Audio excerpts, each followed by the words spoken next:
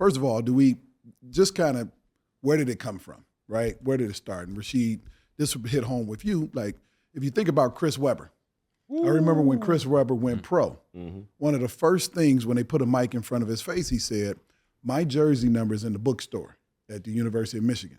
Yeah. I can't afford to buy my jersey in the bookstore at the University of Michigan. Therefore, I'm leaving.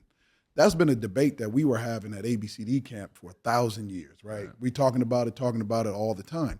So we fought for the opportunity for you guys to be compensated because essentially athletes are now really employees, and that was our whole fight, right? So now they're able to be compensated. That was an incredible fight. We can discuss that as well, but there needs to be some balance to it, right? And then I always hear guys, especially you NBA fellas, you guys are always talking about they're getting paid, they're not being prepared, for the league. But guys, it's less than 5,000 human beings on the earth that have ever played in the NBA. True. So if that being said, the goal is not always the NBA because the only 1%ers are getting to the NBA. But if I have a craft and I play sports and you play the piano and you play the drums or you do something else and you get to go to school and you pay, you get to, work in the choir, but then play the piano for your church, right? You know what I mean? Or do concerts, you're getting paid. Yeah. So it's the same skill set. It's these athletes now have an opportunity to get paid for their skill set. Will it affect the league? Will it affect some of the guys' mentality coming out? Absolutely. Sure. But the mass is greater than the 1%ers that's going to the league. So what we need to come up with is a plan on how those 1%ers, we can manage them and make sure they still working. Yeah, true. It should be a cap though. yeah. Like on the with the NIL shit, because I mean, just think about it. Like, if okay, let's say we talking about football, where you have, of course, the quarterback's going to make the most, and then you're going to have the star wide receiver, and then the running back, right? Well, say that team. No, I don't care what Division 1, 2, 3, that team wins the championship, right? So it's like, damn, I'm a champion too. You know what I'm saying? So why shouldn't I be getting, let's say $500,000? That's what our top quarterback. That's what they getting, yeah. Yeah, we just won a championship together because without me being that offensive guard protecting his side or whatever, we wouldn't have won it. Yeah. So I mean, I think it should be a cap, just even it out. And I think that would make athletes perform more, and then maybe it could keep a couple of them in school. You know what I'm saying? Because it's like, that's where you milking that. That's the last time where you can have your freedoms before you step into this world of adulthood. Yeah. You know what I'm saying? Can you though? Because you still a child, but they got big bread in your hand, big expectations on you. So you a child, but they putting adult expectations on you. But here's the thing too.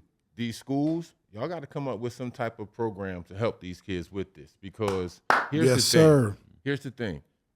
If I'm 17, 18 years old, you might have been getting a couple dollars in high school, but we're going to move on to college.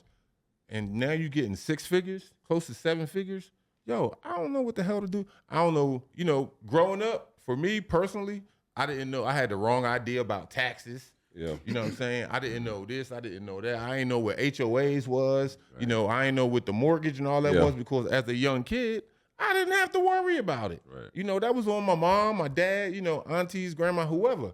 But these young millionaires, like, you need some type of like counseling or some type of like class or program with these schools, because now even with these colleges, you getting all this big bread that you ain't never had before. That's how they getting these kids. Like, they come sit that big bag, $100,000 cash in that duffel bag. Everybody in the house going crazy. Well, so that's got to change your dynamic of your family, right? You 18 and 19. I'm the breadwinner now. But honestly, though, they do have classes.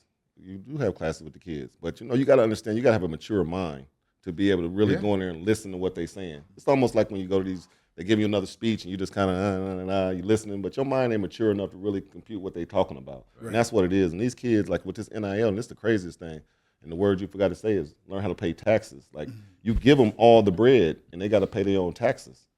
So are you disciplined enough as an 18-year-old kid, and you getting $50,000 a month?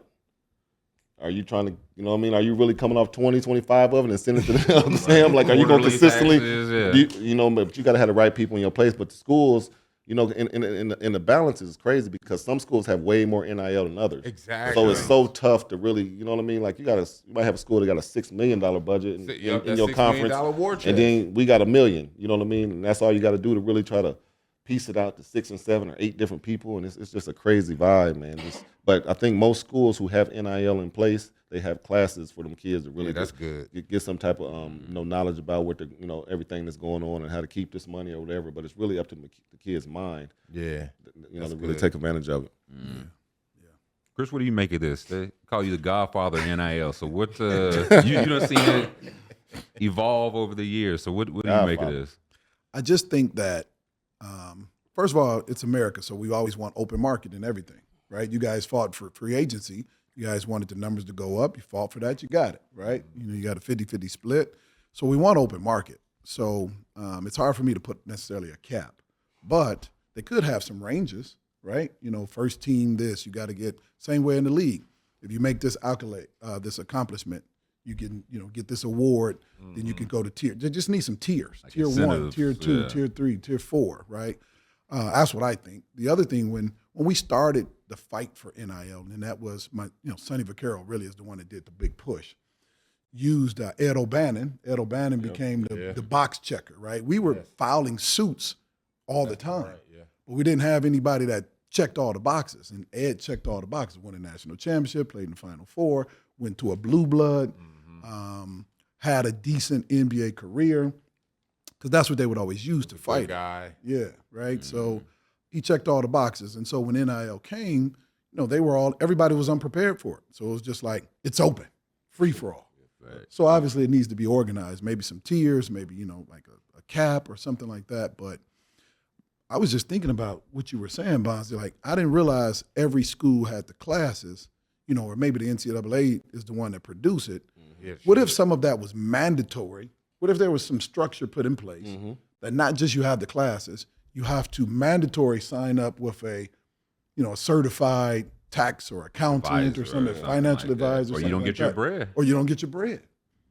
No, that could work. I mean, anything I think positive to help these young fellas with this, because man, I know when I got that Pell Grant in college, and that joint was only like about $500. Man, come on, that's $5 million in your hand.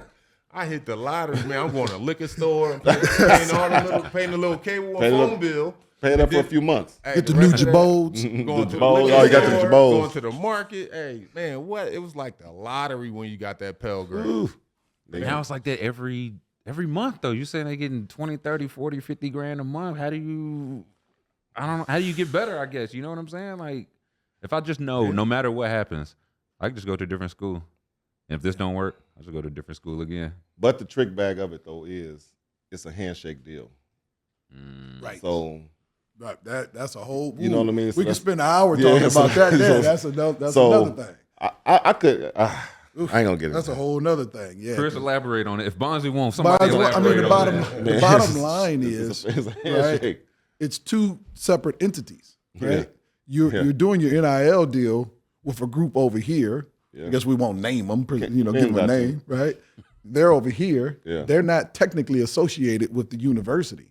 So depending on how things go with the university, like you're not performing, then guess what? Yeah. Hey, man, we overpaid this guy. Sure. He's not going to see this whole $300,000. Maybe he's about $100,000 now. So it can fluctuate. It can fluctuate. And then you got to understand, like, okay, say for the sake of numbers, I gave you 120, I'm giving you 10 a month. So I started August to give you them 10s, and then March come around, and then you talking about transferring. You're going to miss that April, May checks. So, that number is different. So it's just really a throw out there number somewhat. Right. Yesterday's prices aren't today's prices. You get any kind of heads up with that? It's like, hey, man, you're averaging 7 points a game. That check might be a little late. That 10 can go to 8. That 10 can go to 8 real quick. Then it might be 65. Next thing you know, sure. Coach, what happened? Hey, I think y'all got some numbers wrong on my check, Coach. We ain't get them right numbers on the court. That's what it's going to become. Literally, that's what it's going to become, because what's the payoff, dog? What you doing? And then I think you also, one of these, big schools, big coaches, they're the ones that's going to have to put their foot down and be like, yo, all right, if you come in here, it's going to be a minimum 2 years or minimum 3 years. You know what I'm saying? It's gonna have to be, because like you just said, man, you shelling out all that bread to get this kid, and throughout the year, and then he talking about transferring. Hey, yo, I need that bread back or something. Like, give me that product back, something, dog. So imagine you my $50,000 a month guy, and you late for class, and you late for practice, and all this stuff. How can I discipline you? Like, you got to though. But how can I? I can't. Yeah. You know what I mean? I can run you, but you're still getting that 50. Yeah. Like, it's got to be a way. You know, we kind of play with it, but can you find these kids? Like, you remember, the only thing to get your attention if you tap your pockets a little bit. Yeah. So if you late for class, man, that's 500.